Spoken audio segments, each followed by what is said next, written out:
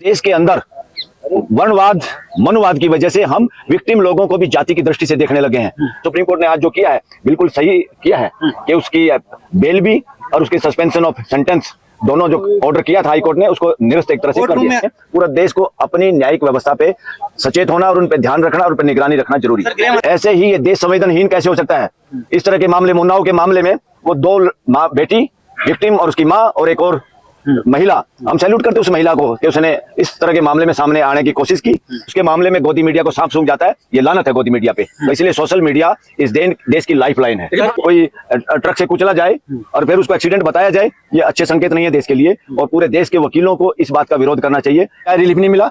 एक रिलीफ है पूरे देश के लिए। देश जो चाहता था सुप्रीम कोर्ट ने वो काम किया है और अभी तो मिलेगा। सुप्रीम कोर्ट मुझे ये लगता है इस मामले के अंदर कुछ नया करेगी। इसमें लोकतंत्र का मतलब है सबकी सुनना, सबके साथ संवाद करना और सबकी सही बातों को एक्सेप्ट करना। और किसी की एक सही बात को एक्सेप्ट ना करे तो उसका रीजन देके उसको डिनाई करना, उसको मना करना, ये तो होना ही चाहिए था। ठीक हुआ, ये बहुत जरूरी था। इसमें तो हम पहले से कह रहे थे किसी भी कानून को इंटरप्रिटेशन करने के लिए, स्पेशल कानूनों को इंटरप्रिटेशन करने के लिए सारी वो चीजें उसके हक में इंटरप्रेट करनी चाहिए। बुराई को मिटाने के लिए, जिस बुराई को सजा देने के लिए देश की पार्लियामेंट कानून बनाती है।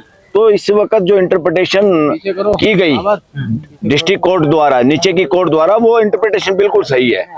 क्योंकि यहाँ पर क्या है, जो पब्लिक ट्रस्ट और पब्लिक अथॉरिटी, अगर देश में एमएलए एमपी ही पब्लिक अथॉरिटी और ट्रस्ट नहीं होंगे, जिन पे ट्रस्ट नहीं होगा लोगों का, तो किस पे होगा?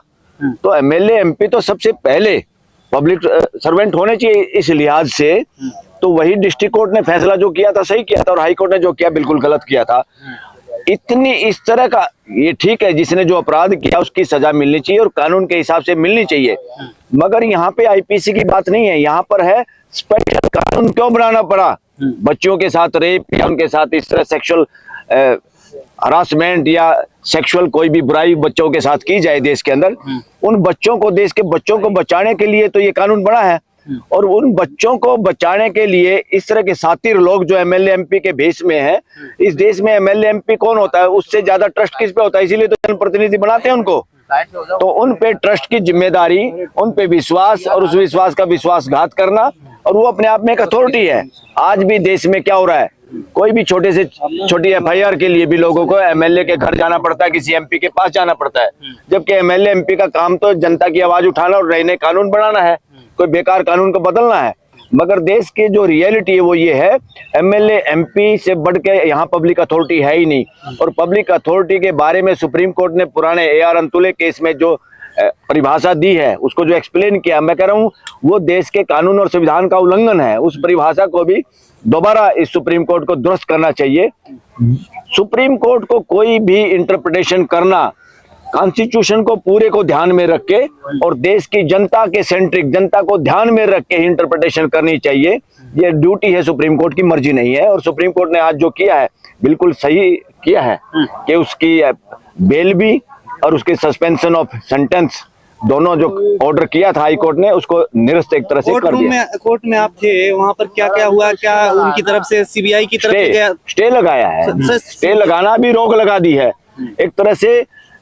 सुप्रीम कोर्ट की रोक अब ये है कि हाई कोर्ट अब उसमें कुछ नहीं कर पाएगी जब तक सुप्रीम कोर्ट अपना अंतिम फैसला नहीं देगा। और सुप्रीम कोर्ट इस मामले में, सुप्रीम कोर्ट जिस तरह की इंटरप्रिटेशन करेगी उसकी जो जरूरत है, इस केस में तो चाहे बड़ा बेंच भी गठित करना पड़े, इसमें ऐसे लोगों को जो एमएलए एमपी के बेस में, संत महात्माओं के बेस में इस देश में दरिंदगी दिखा रहे हैं, फैला रहे हैं, इनको तो सबसे पहले पकड़ना चाहिए। सबसे पहले सुधार गृह में यही लोग होने चाहिए जिनको हम अपने विधानसभाओं में, अपने पार्लियामेंट में भेजते हैं। उनसे ज्यादा ट्रस्ट किस पे करें हम? अगर उन पे भी हम ट्रस्ट ना कर पाए और उनकी भी अथॉरिटी ना हो, उनको अथॉरिटी ना माना जाए, उनको पब्लिक सर्वेंट नहीं माना जाए, तो किसको मानेगी सुप्रीम कोर्ट? तो सुप्रीम कोर्ट को भी अपने आप को ठीक करना होगा इस मामले में। और ये एक ऐसा मामला है जहाँ देश की अदालत ने सड़कों पे आके, इंडिया गेट पे आके, और इंडिया गेट में एक और यहाँ देश के लिए बात करना चाहूंगा, सारे देश और खासतौर पे गोदी मीडिया। अरे भाई, एक बच्ची हमारे यहाँ निर्भया कांड हुआ था, पूरा देश उस बच्ची के साथ था। मगर क्या हुआ, उस देश, वो बच्चे जो थे वो गरीब गुरबा परिवार के थे जो फांसी तक का फंदा उनके गले में डाला गया। और उस वक्त पूरा मीडिया, पूरा देश खड़ा हो गया था। इस पे कोई इंडिया गेट पर उनको रोकने वाले नहीं था। मोमबत्तियां जलाई थी देश ने। ऐसे ही ये देश संवेदनहीन कैसे हो सकता है? इस तरह के मामले, उन्नाव के मामले में वो 2 माँ बेटी विक्टिम और उसकी माँ और एक और महिला, हम सैल्यूट करते उस महिला को कि उसने इस तरह के मामले में सामने आने की कोशिश की और उसने हिम्मत दिखाई और उसने कहा, देश को भी कहा, और सोशल मीडिया ने भी इस बात को फैलाया। ये आप लोग भी इसमें बधाई के पात्र हैं, सोशल मीडिया। हम बार बार पीड़िता के जो वकील हैं वो ये कह रहे हैं कि इससे कोई रिलीफ हमें नहीं मिला, ये तो प्रेशर रिलीज कर दिया गया है जो प्रोटेस्ट हो रहा था उसमें। नहीं, अभी क्या रिलीफ नहीं मिला। एक रिलीफ है पूरे देश के लिए। देश जो चाहता था, सुप्रीम कोर्ट ने वो काम किया है और अभी तो मिलेगा। सुप्रीम कोर्ट, मुझे ये लगता है, इस मामले के अंदर कुछ नया करेगी, इसलिए उनकी अपनी राय हो सकती है। मेरी एज एन एडवोकेट मैं इस केस से संबंधित नहीं हूं। मैं एज एन कॉन्स्टिट्यूशनल स्टूडेंट और लॉ का स्टूडेंट होने के नाते मैं बताना चाहता हूं, इसमें कुछ यूनिक फैसला आएगा और फ्यूचर के अंदर सारे एमएलए एमपी भी इस देश में पब्लिक सर्वेंट माने जाएंगे। सर, आप कह रहे हैं कि रोड पर प्रदर्शन करना चाहिए। कल कुलदीप सेंगर के समर्थन में जंतर मंतर पर लोग पहुंच। मैं प्रदर्शन की बात नहीं कर रहा। प्रदर्शन एक ड्रामा हो सकता है और एक हो सकता है जनता की अदालत, जनता का इशू सामने आना। तो इसलिए इस देश के अंदर वर्णवाद, मनुवाद की वजह से हम विक्टिम लोगों को भी जाति की दृष्टि से देखने लगे हैं। निर्भया बेटी उस समाज से आती थी कम से कम कि जहां लोगों को लगा, और मोदी मीडिया को भी लगा, इन्होंने उसका पूरा साथ दिया। हम ये कह रहे हैं साथ तो देना ही चाहिए था, हम अप्रिशिएट करते हैं उस बात को। मगर जब गरीब गुरबा या किसी अन्य ऐसी जातियों के बच्चे विक्टिम हो रहे हैं मुस्टंडों के, तो उसके मामले में गोदी मीडिया को सांप सूंघ जाता है। ये लानत है गोदी मीडिया पे। तो इसलिए सोशल मीडिया इस देश की लाइफलाइन है। लेकिन भारतीय जनता पार्टी के पूर्व सांसद ब्रजभूषण है, कह रहे हैं उनके साथ अन्याय हो रहा है, जैसे मेरे साथ गलत हो रहा है, वैसे उनके साथ गलत हो रहा है। अरे वो बकवास कर रहा है। उसके साथ क्या न्याय होता? उसके साथ उसको तो अभी न्याय मिलना चाहिए। डिस्ट्रिक्ट कोर्ट जहां पर केस पेंडिंग है, उन्होंने किस तरह का बयान बता रहे, प्रेशर बदला भी है वहां बच्चों ने, और सब लोग इस तरह से मैनिपुलेशन होती है बहुत बार। जो आदमी इस तरह की पोजीशन में होते हैं वो पहले खरीदना चाहते हैं, जो खरीदा नहीं जा सकता फिर उसको डराना चाहते हैं, जो डरता नहीं उसको मारा जाता है। इस उन्नाव वाली पीड़िता के साथ क्या हुआ? यही तो हुआ, जिसके एक वकील को भी एक्सीडेंट में मारा गया। इससे बड़ी बदमाशी इस देश में कैसे हो सकती है? इस देश के वकील सुरक्षित नहीं है। अगर वकील के साथ क्लाइंट है, उसकी भी गाड़ी को कोई ट्रक से कुचला जाए और फिर उसको एक्सीडेंट बताया जाए, ये अच्छे संकेत नहीं है देश के लिए।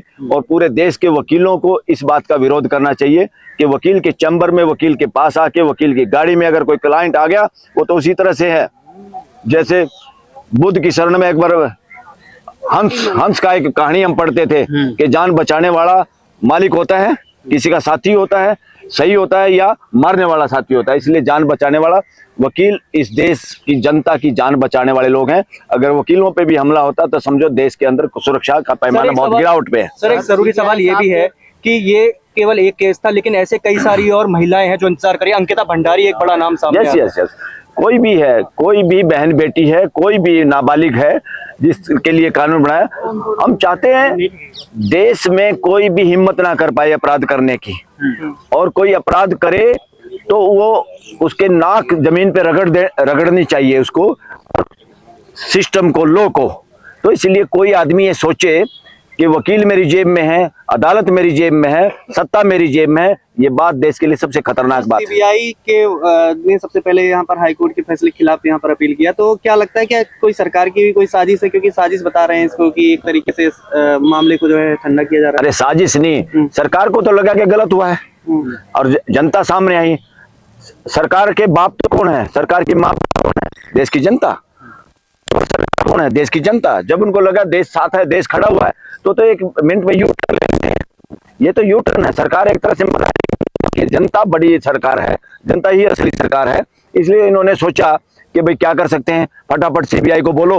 और आज तो सीबीआई के जो वकील ने दलील दी है, मिस्टर मेहता ने, उसने इस तरह दलील दी जैसे अन्याय के खिलाफ पूरी तरह से खड़ा है। तो चलो जो भी दलील जिस हालात में दी और किस प्रेशर में दी, यही सरकार के केसों में हम और सरकार के वकीलों का हम कई बार देखते हैं कि सरकार का प्रेशर होता है तो सरकार कुछ लोगों को बहुत बार मुकदमों में से बचाने के लिए केस करती है, उनके वकील इस तरह की दलील देते हैं। जो कि हमारे संविधान का भी उल्लंघना है, क्योंकि वकील किसी के भी एजेंट नहीं होते, ना क्लाइंट के ना सरकार के। सरकारी वकील सरकार के एजेंट नहीं है, ना हम आम वकील किसी क्लाइंट के एजेंट हैं।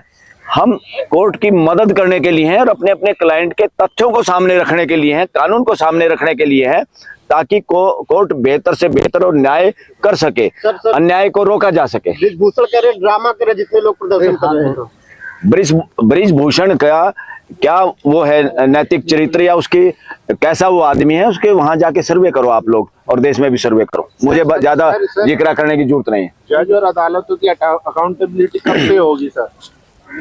जजों की साहब ने टिप्पणी की है कि फैसला दिया था, जमानत दी है, वो जज जो है काबिल जजों में शामिल होते हैं। जो जिन हाई कोर्ट के जजों ने जमानत और दी है वो काबिल जजों में शामिल होते हैं देश के। देखो, जो जज की नौकरी पे हम तो ये तो समझना ही पड़ेगा वो काबिल लोग हैं, मगर वो जजमेंट कैसे देते हैं उनकी काबिलियत देश की जनता चेक करेगी। देश का चीफ जस्टिस डिक्लेयर नहीं कर सकता। ये देश की जनता है जो देश के जजों का मूल्यांकन करेगी, मूल्यांकन कर सकती है और करना चाहिए। इसलिए मैं बार बार कहता हूँ, सुप्रीम कोर्ट के जजों पे भी, चीफ जस्टिस भी, हाई कोर्टों पे भी नजर रखो। ये देश को कहां से कहां ले जाना चाह रहे हैं, इनके न्याय करने का चरित्र या ये न्याय करने वाले लोग कौन हैं, ये किस केस में कैसा फैसला देते हैं और किसी और केस में किस तरह की टिप्पणियां करते हैं। पूरा देश को अपनी न्यायिक व्यवस्था पे सचेत होना और उन पे ध्यान रखना और उन पे निगरानी रखना जरूरी है। सर, गृह मंत्री अमित शाह जी हैं, योगी जी हैं, ये दावे करते हैं अपराध मुक्त होने की और इसके खिलाफ सख्त एक्शन लेने की, लेकिन बीजेपी के ही नेता इस तरीके से चीजें करते हुए देखे जाते हैं कि बलात्कार के केसेज में। क्या देखो, ऐसा है, जो लोग बदमाश लोग होते हैं, बदमाश मानसिकता के जो लोग होते हैं, वो हमेशा सत्ता के नजदीक रहना उनकी मजबूरियां हैं और सत्ता के साथ रह के वो ज्यादा बदमाशियां कर सकते हैं।